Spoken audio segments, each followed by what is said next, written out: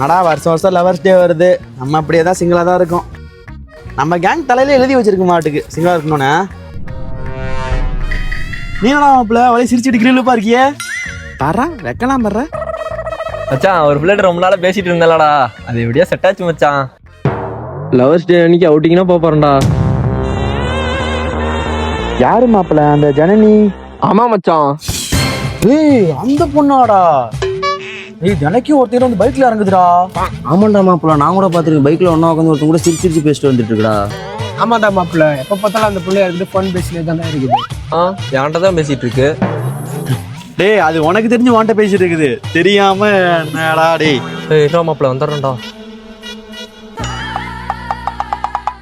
எல்லாம் செலவு பண்றேன் நானே, என் கூடயே சுத்துவேன், என் கூடயே வண்டியில போவேன், என் கூடயே சிரிச்சு சிரிச்சு பேசுவேன். நான் லூசு.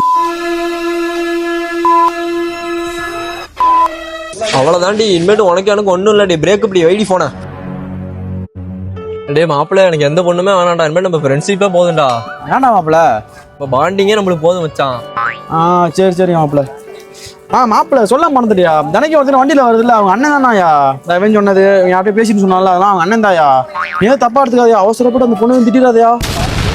அசையாத மரம் ஒன்று உய்ந்தது கீழே. ஆமா மச்சான், நமக்கு பசங்க ஃப்ரெண்ட்ஷிப்பே போதும்டா.